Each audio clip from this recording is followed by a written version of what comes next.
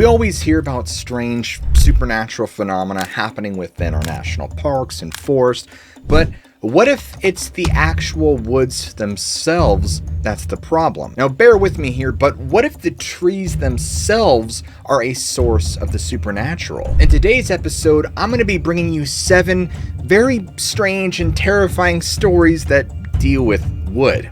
Lots of wood. Nice. But the twist to these stories is that they're far more bizarre and terrifying than you could even imagine. You won't want to miss this one.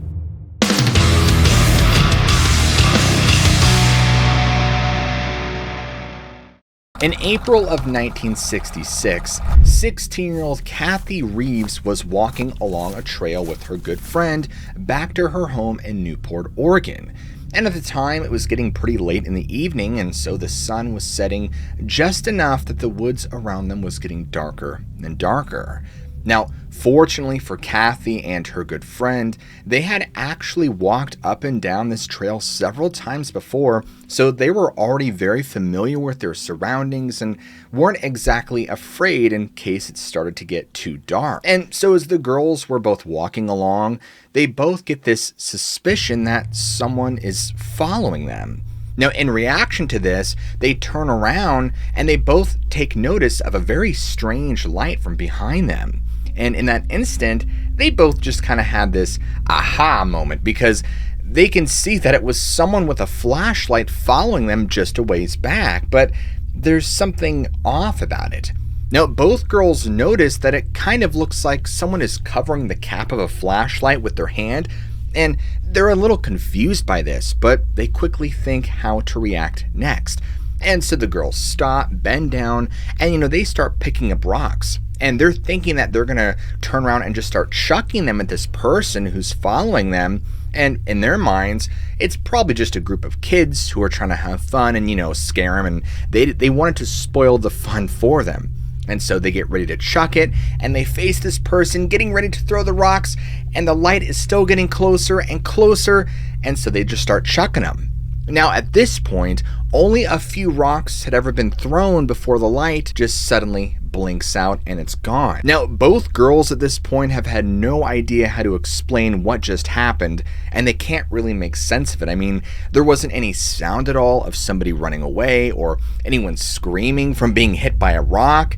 There was just nothing. And so the girls are looking around, expecting there to be movement from somewhere, just trying to rationalize in their minds why suddenly there was just nothing. And all of a sudden, more lights just start appearing out of nowhere, and they just start getting brighter and brighter and brighter, and they appear in all these different sections of the trees, and they're shining in different directions all around them. And these lights are very, very bright. And so both girls are kind of struggling to see. They're holding their hands up in front of their face, and they begin to see something through the light. And it's what appears to be this large building with what appears to be a dome shape to the top of it. And it's behind all these lights. And at this point, they're really starting to get spooked because something wrong is happening. And without wasting any more time, the girls decide now is the time to pack up and run back to the direction of where they were originally heading, which for Kathy was home. And so as they're running, they turn back to see these strange lights following them and pursuing them, and something much worse appears. They're being followed by people, or so they thought. And as they're running, they're straining to see with their eyes what they can only make out to be these oddly shaped figures that are clearly not normal. And so the beams of light, they're flickering and moving back and forth, and these lights would actually sometimes illuminate these figures who were following them, but only for the girls to be able to see them for like a fraction of a second. And so they're trying to pick up as much speed as possible, trying to make sure that they're not tripping over any roots or rocks on the ground. I mean, can you imagine spraining your ankle in this situation? It would be terrible. And they're looking over their shoulder, just trying to pull away and go away from their pursuers, and the light begins to fade. And they can now see these 3 figures that are kind of what they would describe as scrambling across the road right into an adjacent field very close to where these girls were. But now they could see them better, And they can tell that, judging by their movements and their just physical appearance, that these were not people. In fact, the figures that Kathy and her friends saw, get this, resembled stumps of fallen trees. In fact, these stumps were reported by Kathy as actually scuttling towards them on their roots. I would imagine kind of like a spider, and were this bizarre array of colors that kind of ranged from a bright orange and white and yellow and blue and watermelon green, very specific. And so the girls were completely frightened by this. They weren't sure what to make of it. I could only imagine what they were thinking at that point in time. I mean, and pretty soon the lights began to fade and these strange figures, whatever they were, kind of vanished off into the field. And this was their moment for the girls to actually flee and get out of there. And so fortunately, Kathy and her friend were able to go down the trail and make it back to their home. Well, it just so happens that only a few days later, Kathy's story, who she'd been telling it to, which apparently had drawn the attention of newspaper reporters and also local law enforcement, and they kept pressing her about wanting to hear more details because they thought this was so strange. And in fact, a lot of the community would refer to this as space stumps.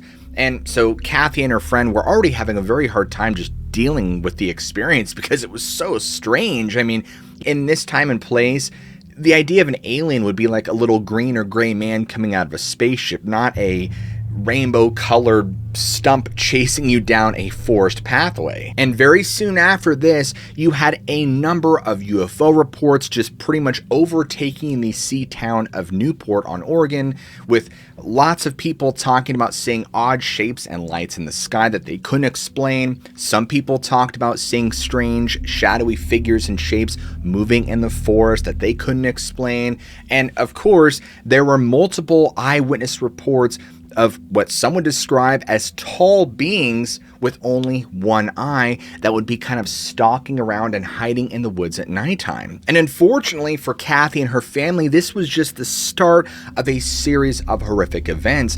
It seems like these rainbow-colored stumps had marked her in some way, because as soon as all this began happening, her and her family began having a host of terrifying things happening in their house and on their property. And a perfect example is that she would report and describe this strange poltergeist activity inside their home, objects moving on their own accord, doors opening and slamming, seeing shadowy apparitions at the foot of her bed. It was completely terrifying. And there was also just a strange presence that seemed to linger around her property that she couldn't explain. Now, at the time, there was a man by the name of Thomas Price, who was a deputy sheriff in Newport, and he was definitely convinced that something strange was happening. But he didn't quite buy into the idea that all this was little green men running around or, multicolored stumps chasing people out of the woods. And this was when he had spotted this gargantuan,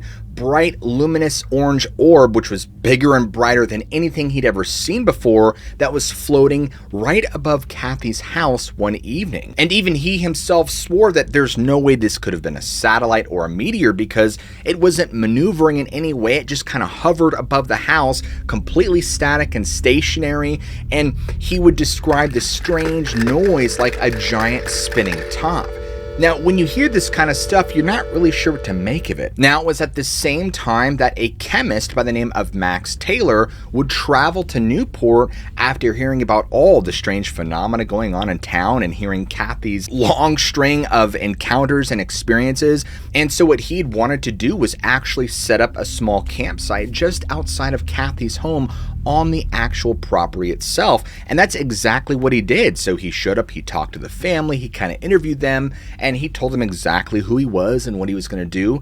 And so the first night just kind of came and went, and Max Taylor himself would have his own set of experiences on this property, because one of the first things that he saw was a pair of these strange blue orbs that just kind of moved along the ends of the house. And as you can imagine, he was completely taken aback by this. I mean, here he is, probably a man of science and firm belief, and he's seeing something that can't be explained or replicated in some sort of controlled environment. And in fact, this activity got so intense for the Reeves family that they could no longer handle it. And so roughly about 6 or so months later, the family would eventually sell the house and move away. And after moving into a new home, it didn't sound like they had any more experience to share. Now, it's important to note that at this time, this poor family was just in the fray of a complete media frenzy. And so at that point, a lot of your privacy is compromised. And so I would imagine that after they moved, even if they had more experiences, they were probably trying to keep things under wraps because they were just tired of the constant publicity and exposure to reporters and newspaper and just being out in public. And I want to make a note here too that going from the report, when these girls saw these strange multicolored stumps, they weren't just typical party girls of the 1960s dropping acid and seeing these things come at them all in these rainbow colors and just being like, whoa, far out, man. I mean, these girls were terrified. It is incredibly bizarre what happened to them, and unfortunately, the case of the strange lights and these weird multicolored stump-like figures just remains a mystery.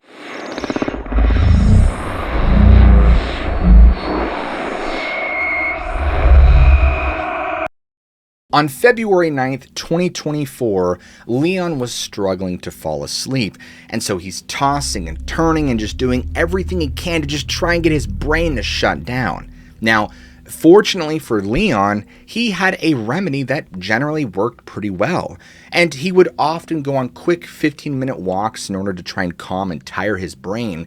And most oftentimes, he would go walking in the woods because he really just felt that the forest helped take his mind off the stress of his everyday life. And so after getting up and getting his clothes on, he makes his way out to the woods where he normally walks. But on this night, Leon would actually take a detour. Well, a longer detour that actually led behind his large apartment complex and to this old abandoned railroad on the backside. And Leon had only planned to walk this for a short amount of time and then return back home to sleep. And so Leon makes his way to the train tracks and he's just casually walking along, and it's night out, so things around him are pretty quiet and there's no one around in sight that he knows of. And around 10 or so minutes goes by and he's like, at this point, he's getting ready to head back to his apartment, but he could tell that something's not right. And he starts hearing something off to his left that was following along with him in the woods. Now, as soon as Leon recognized the footsteps to his left, anxiety hits him and he starts thinking that either it's a homeless person or someone who's going to try and jump him. I mean, the possibilities are wide open at this point. But he's trying to talk himself down and just thinking, it's okay, this is probably just an animal, I'm psyching myself out. And so he's stopped walking and he's listening. But the walking off to his left has now completely stopped. And so after a moment or two, he just kind of shrugs his shoulders because he figured maybe it was a cat and maybe he really was psyching himself out. Now, within only a few moments of resuming his walking, he starts to hear that unmistakable noise of the pitter-pattering again. And now he's thinking, okay, this is definitely someone who's watching and stalking me. This isn't good. And so he's like, I need to pick up my pace and move quicker, and so he does. Now, if any of you have been out walking alone at night and have been in a situation even remotely close to Leon's, you know just how frightening it can be. Now, to think that you might actually have to defend yourself, well, that's pretty scary. And so he realizes something, and that whoever is following alongside him sounds like it comes to a sudden stop and is roughly only maybe 20-30 yards away from him at most, but decides to keep going. And so within a couple of seconds, he can hear this person start to actually head directly towards him up the gravel incline and right onto the train tracks. Now at this point, Leon is really starting to panic and he's deciding to try and make himself as small as possible, so he crouches down and tries to conceal himself as best he can out in the open, which doesn't really work. Now he's trying to think quickly and he's like, okay, maybe if I whistle, this will let the person know that, hey, you've been spotted, you better stop while you're ahead. But it doesn't do anything. And the footsteps just continue to head in his direction, only faster now. And so he's just trying to think as quick as he can. He's running out of options. And so Leon looks down on the train tracks, there's gravel everywhere, and he picks up a handful of gravel, shoves it in the pocket of his hoodie, and it's really going to be the only source of a distraction or a weapon he could possibly use at this time. His mind is racing at this point as this person is now getting closer, and he's thinking, okay, well, I don't know who this is, but maybe if I shine my light on them, I can take them by surprise. And that's exactly what he does. So he quickly pulls out his phone, turns on the flashlight app, and shines it right in the direction behind him. Well, now you gotta understand something. What he saw just didn't really make sense. While this person was roughly the same size as him, that's pretty much where the resemblance ended.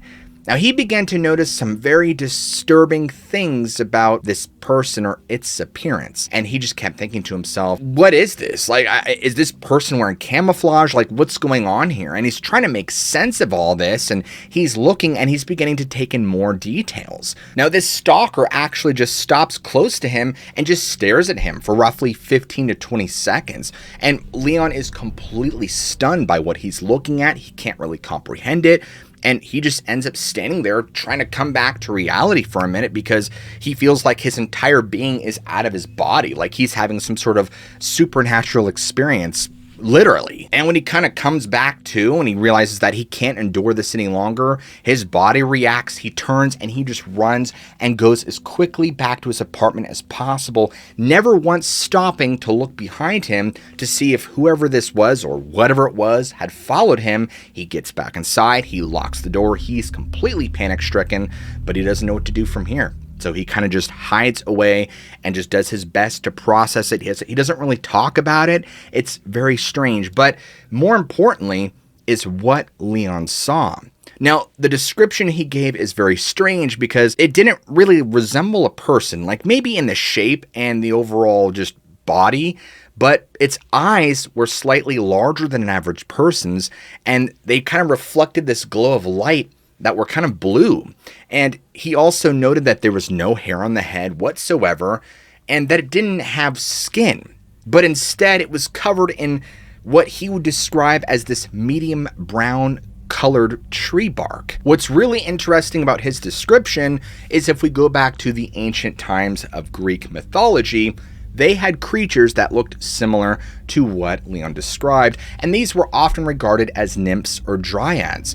Now, these were once regarded as the spirits of oak trees, and these beings were generally understood as the forest protectors or guardians of the woods, and they were beings that really kind of blurred the line between separate entities and the trees themselves. Interestingly, in some traditions, it's said that if you actually cut down a tree, it kills the dryad. Where in other folklore and traditions, it wouldn't kill them, but it would actually anger them, and then they would come back for revenge on you and kill you. So moral of the story is don't destroy the forest. Now, this might sound like a completely fictitious science fiction concept made up, but believe it or not, this concept is rooted, see what I did there, indigenous traditions and ancient world teachings. I mean, strangely enough, sightings of tree beings actually still occur today. Now, as far as Leon actually seeing a dryad or nymph or an ent, whatever it may be, in the flesh, or I should say in the bark,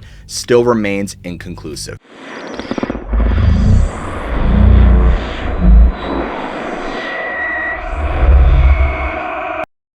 In late 1989 or very early 1990, Marcus, who was only 8 years old at this time, was with his family hiking in the Black Forest in Germany. Now, even though Marcus was very young, he remembers this like it was yesterday. It's pretty much stuck with him because it's so out there. Now, with him was his younger sister, who was only 3 at the time.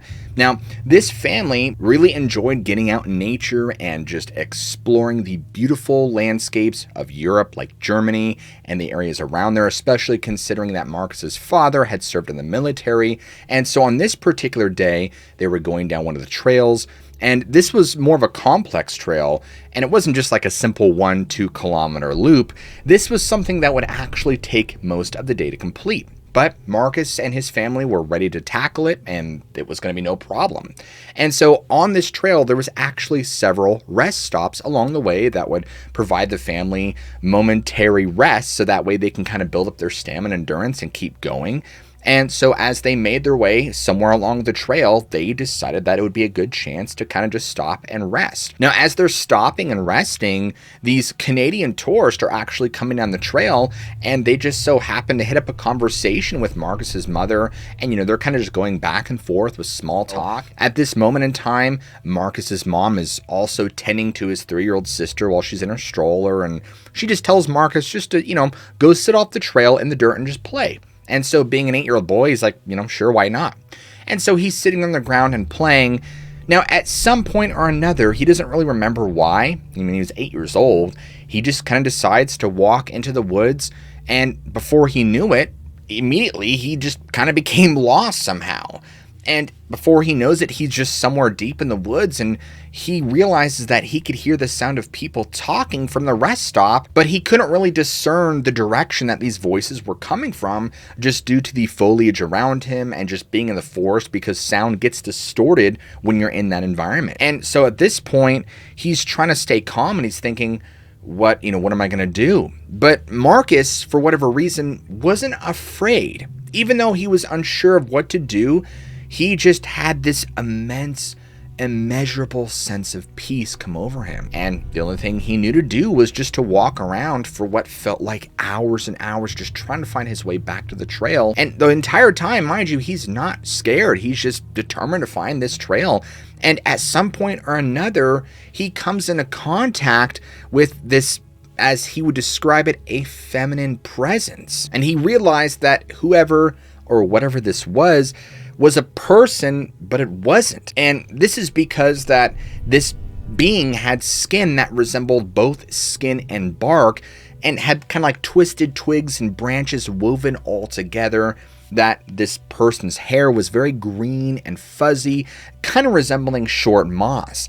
And that whoever or whatever this was had no mouth or nose, and that its eyes were these huge oval-shaped, kind of yellow-orangish irises and tiny black pupils, and it took up most of its face.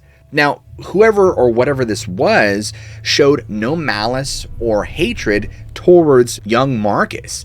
In fact, it only seemed to show awareness and sadness and empathy towards him, and she would actually hold out her branch-like hand to Marcus, beckoning him to take it and for it to go with her.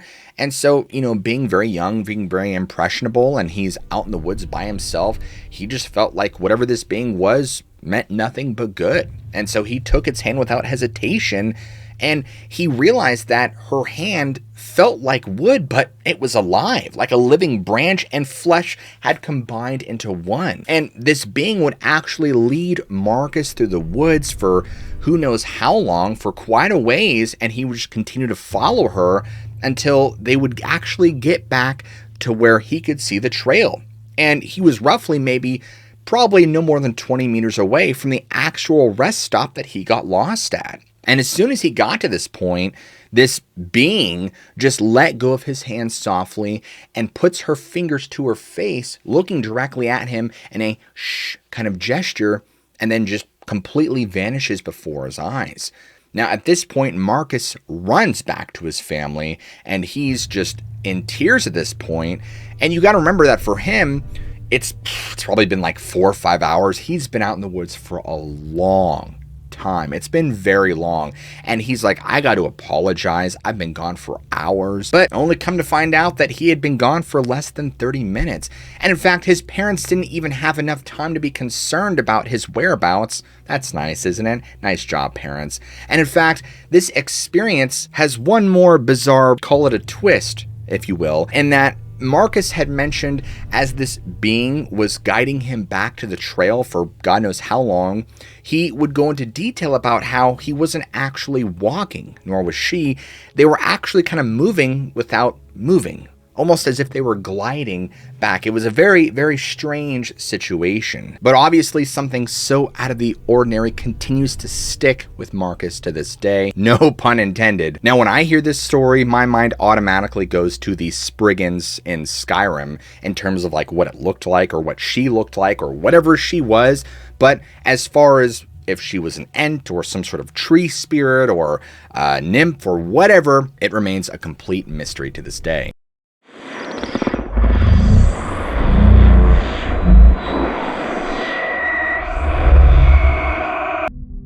On February 2nd, 1999, a group of campers were camping out right near McMinnville, Oregon, and they were kind of just huddled around a campfire. They're trying their best to keep warm. They're cold. It's still winter in Oregon, so it's pretty breezy. It's like 40, 45 degrees. Now, one interesting thing that I want to point out is that the Pacific Northwest, but specifically certain pockets of Oregon and Washington, in this case McMinnville, is what's known as Sasquatch territory. And so as these campers are just sitting around and they're having conversation, they're trying to keep warm by the fire, they all begin to hear strange sounds in the bushes around them. Now, they're thinking this is strange, that maybe it's just a large animal, but it's different than any sort of animal they've ever heard. And so at this point, they're thinking, all right, we need to investigate because this is strange. Like, this could be a bear, this could be dangerous. And so they go and investigate with flashlights, and they're looking around, and it's dark. They don't actually see any animals, even though they kept hearing noises. But what they did find was something definitely out of the ordinary. They found in the ground these bizarre footprints. And in fact, that wouldn't be all. They would continue to have a string of bizarre sightings and experiences. And so they're moving kind of down the trail near a large meadow, just, trying to investigate more where these strange sounds are coming from. And they see something large and dark moving across the meadow. Now, a lot of you listening to this are probably thinking like, Bigfoot, I gotcha. But no, this wasn't a Bigfoot. This was a tree foot. Yes, you heard that right. What they described of what they saw, what they observed actually, basically looked like a walking tree that was moving across the meadow. Very, very strange. Now, of course, after this sighting, they were very off-put by this, and so they decided to go back to camp, and they're sitting around, they're trying to talk about what it was they had witnessed, and they're trying to put together the pieces that maybe this bizarre large footprint had something to do with this large walking tree. And so they start to throw around the idea that maybe they had actually saw a dryad, which is a mythical tree spirit from Greek mythology, or that it was possibly an alien. I mean, there might be extraterrestrial origin in these forests alone, or maybe it was some bizarre combination of both, like a dryad and an alien. Or a Dralian? Now, during the course of their conversation, mind you, they're already pretty paranoid just from the evening's events. They all would witness this, what they described as a strange shooting star. And for them, that kind of sealed the deal. They did not go into the specifics of what the shooting star did or why it was out of the ordinary, but that it was very odd and that it had to have been connected to the evening's events. Now, interestingly, McMinnville, Oregon is actually located in Yamhill County, which is in Willamette Valley. Now, the Willamette Valley already has tons of strange phenomena within it. I mean, there's a lot of Bigfoot sightings there. In fact, a lot of the natives who've resided in the area over the years all have strange tales of strange supernatural entities and beings and other bizarre phenomena. And then there's a host of reports of anomalous lights overhead and UFO reports. I mean, it's kind of a hotbed of the strange and mysterious. And so for these men to be out here in the middle of the woods and have a sighting like this isn't exactly too far-fetched. As far as the strange noises that these men heard that evening, the bizarre footprints and what they were or what animal they belonged to, and the tree squatch, I guess I'll call it, all remains completely inconclusive.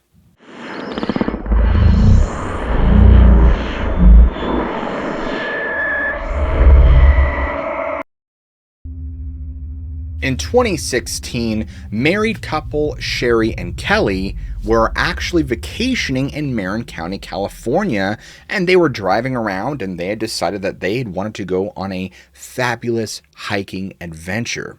And so they would go and visit the Muir Woods, and once they were kind of going along the trail, they were just noting how peaceful and wonderful everything was. I mean, you're in an area where there's just massive trees, the forest around you seem ancient, and there's just a lot to take in. I mean, it's complete eye candy, or as they say on Reddit, earth porn. And so Shelly and Kelly are hiking quite a ways, and Kelly's beckoning his wife, Shelly, to kind of come along, and, he's trying to help her along because she's kind of getting tired out at this point. And so he and her make it to a point probably roughly half a mile in, and they stop in front of this particularly large tree. And by the way, this area, the trail they were on, was not dead by any stretch of the means. I mean, there were other tourists and hikers walking by casually, and especially in this moment over the course of about 5 seconds. Now, I'm mentioning that time frame because something remarkable takes place. And get this. So, Sherry, who's standing right next to this tree, sees something on the tree at eye level. And it's literally mind-blowing what she notices, and instantly, without pulling her eyes away, she asks her husband Kelly if he had seen it too. Now Kelly immediately is like, yeah, I saw what you saw, like, yeah, it's there. And as they're both conversing about it, other tourists who are walking by the trail are stopping by. They're coming over, they're talking with them, and they're saying like, yeah, we saw it too. Like, you're not crazy. And before you knew it, there was a small group of people who had all witnessed this together, and nobody could make sense of it. And so they were just trying to think of ways to rationalize it, but nobody really could. And so they just decided that, you know what, let's just keep hiking. Let's continue on our way. And because this was so out of the ordinary, especially for Sherry, she wanted to keep talking about and ask questions and kind of just really relive the experience. And Kelly was like, no, we shouldn't talk about it. Just keep quiet about it. It's just crazy. Like, just don't talk about it. And well, eventually they would return home from their trip, and Sherry would actually go ahead and tell their son about what she had saw. Unfortunately, her husband would refuse to ever discuss this incident for whatever reason. I don't know if it made him uncomfortable. I don't know if it just, maybe his reality or way of reality was being completely shattered and he just couldn't handle it. Who knows? But it was Sherry and Kelly's son who would come forward anonymously and actually share his parents' experience. Now, what Sherry, Kelly, and all these people unanimously saw on this tree at eye level was what they would describe as an actual face, a defined face that had come out of the tree bark by what they estimate to be about a foot. I mean, they saw every distinctive feature of the face. They saw the eyes, the brow ridge, the forehead, the nose, the lips, the cheeks, the chin. I mean, everything was clearly defined to such a degree that all these people were shocked by it, and it kind of just lingered there for a few seconds before warping back and vanishing. So it kind of brings us back to the whole dryad nymphs thing, because in Greek mythology, they're actually able to inhabit the trees and can even take on unexpected forms and appearances. Like, there's actually text that describes them looking like trees themselves, but they could also appear as humanoid figures covered in bark. And when you think about it, just how many of these sightings go unrecognized for what they truly are. Now, as far as the actual face they saw in the tree and what it could have been, well, that remains a mystery.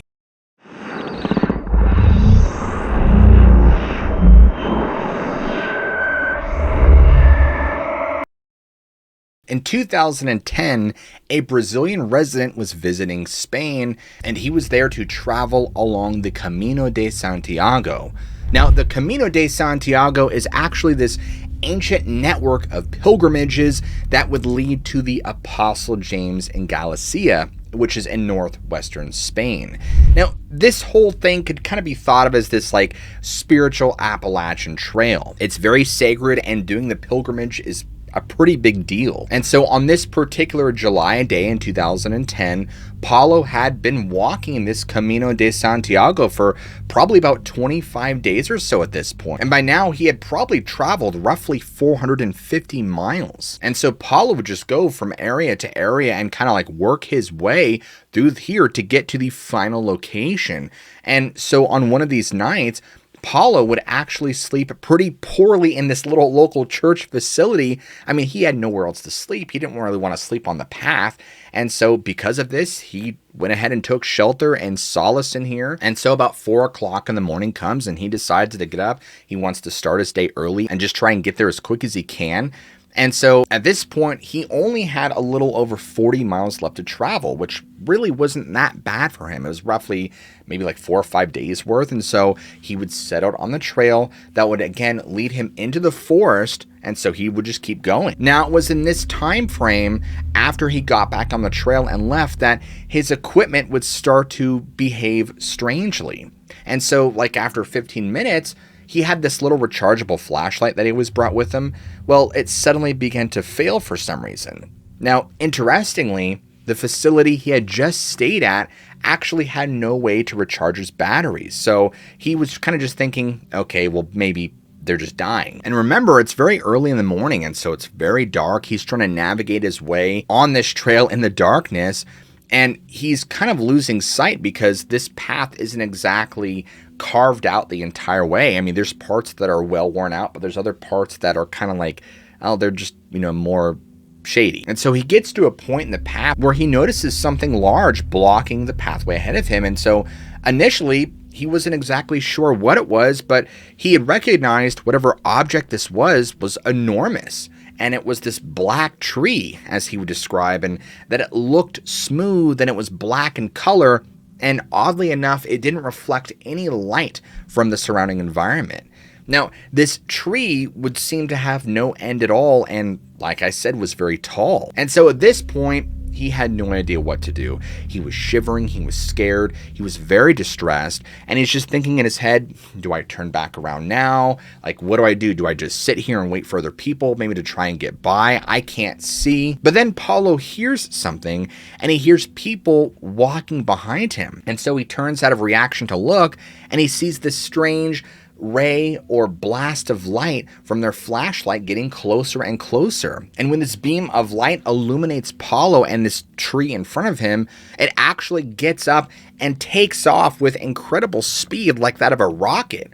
Now, the force of this movement and the takeoff was so powerful that Paulo could actually feel the wind blowing against him and the ground shaking. And he's completely freaked out because he's realizing that this object wasn't a tree, but some being that didn't have eyes, it didn't have wings, and it had no discernible, recognizable shape at all. And he would describe it as looking more like a monolith. In fact, he would actually pinpoint the one from the movie 2001 A Space Odyssey, just because of how similar it looked, or at least that it reminded him of it.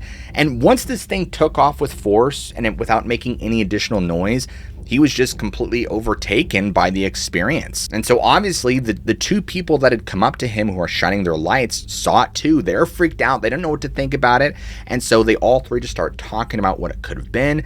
And he's at this point begging them, will you please come with me, accompany me? I can't do this myself. I'm terrified. And that's exactly what they did. They stuck with Paulo until the sun came up and they would go on their way. Now, this entire experience only lasted maybe about 3 or so minutes, but to Paulo, it felt like it was a day in length. As far as the large black tree-like object that Paulo encountered, was it a golem? Was it a monolith? Was it a dryad? We don't know. It remains inconclusive.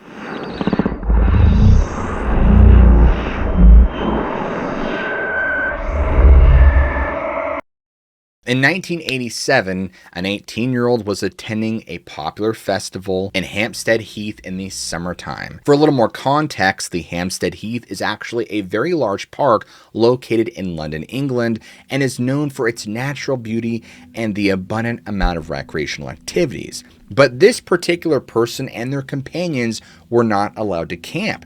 So after walking around and just enjoying the beauty, and it kind of got later in the evening, they made the decision that they were just going to go ahead and set up a little makeshift shelter using an old carpet, and they would climb underneath it in the woods on the heath. And so they would just kind of sit at night and hang out with each other and keep each other company and talk. And so they eventually fell asleep. Well, as dawn came and the first bit of sunlight would pour through the leafy canopy above, this particular person, the 18-year-old, saw things that would blow their mind. Things moving around in the branches above. There were what he would describe as these little pale green, almost transparent creatures. And there was around 50 or 60 of them just staring down on him from up above. Now, the only thing he could think of is that these are dryads and that they had stuck out to him so clearly that he could actually draw a picture of them. He was so mesmerized by them, they didn't seem like they meant any ill will towards him. They were just really curious about him, much the same way he was about them. And he could remember their little faces and that they were kind of just scurrying around trying to get a better look at this invader in their home territory. And even the light that was coming through the trees was even strange, especially for the early morning mist in freezing cold woods. And so he's just kind of like laying there mesmerized by this thing, and then they would kind of just disappear after that, and he has no idea what to make of it. What's really interesting is, even though I've only shared with you guys a handful of accounts from more of the modern day era, a lot of the dryad sightings, which were researched by Dr. Simon Young, kind of fits into the whole like fairy folklore and mythology realm, just because they're so strange. I mean, maybe it's possible that Ent, nymphs, and dryads are in part with the fairy folk. I mean, after all, look at Marcus's experience out in Germany. That whole area of Western Europe just has account after account of the fairy folk and experiences with dryads and nymphs and ents and all sorts of these strange woodland beings that we would just think of as mere fantasy. Something else interesting is that while some dryad accounts seem more sinister and nefarious in nature, some of them, like the ones I described to you, seem totally benevolent and wanting to actually help out the person that they encounter, or at least appear curious in some way. And so the real question is, where do these beings come from? Are they spirits? Are they physical flesh and blood beings? Well, nobody knows. They're just part of this vast, interconnected web of spirit beings. And before I go, one of the most interesting theories is that these aren't actually the fae folk. They're not dryads, they're not nymphs. They only resemble trees. The beings that we're seeing are actually aliens from a far-off world that can just disguise themselves as things in the forest to throw us off. However, whether it be a forest spirit, a dryad, whatever you want to call it, it all remains a mystery. And because you guys have made it this far into the episode, I want you to comment down below. Now, I could say a bunch of things right here. I can make some wood jokes. I can do all sorts of stuff. And so I think I'll have you comment something that's relatively funny. Go ahead and comment down below, strange wood. So that way I know who made it to the end of the episode and who didn't. And if you guys enjoy stories just like this one, where you want to dive into stories of the strange and unexplained and supernatural, go ahead and smack that like and subscribe button for more. As always, I love you all. Keep an open mind, and I'll see you guys in the very next episode.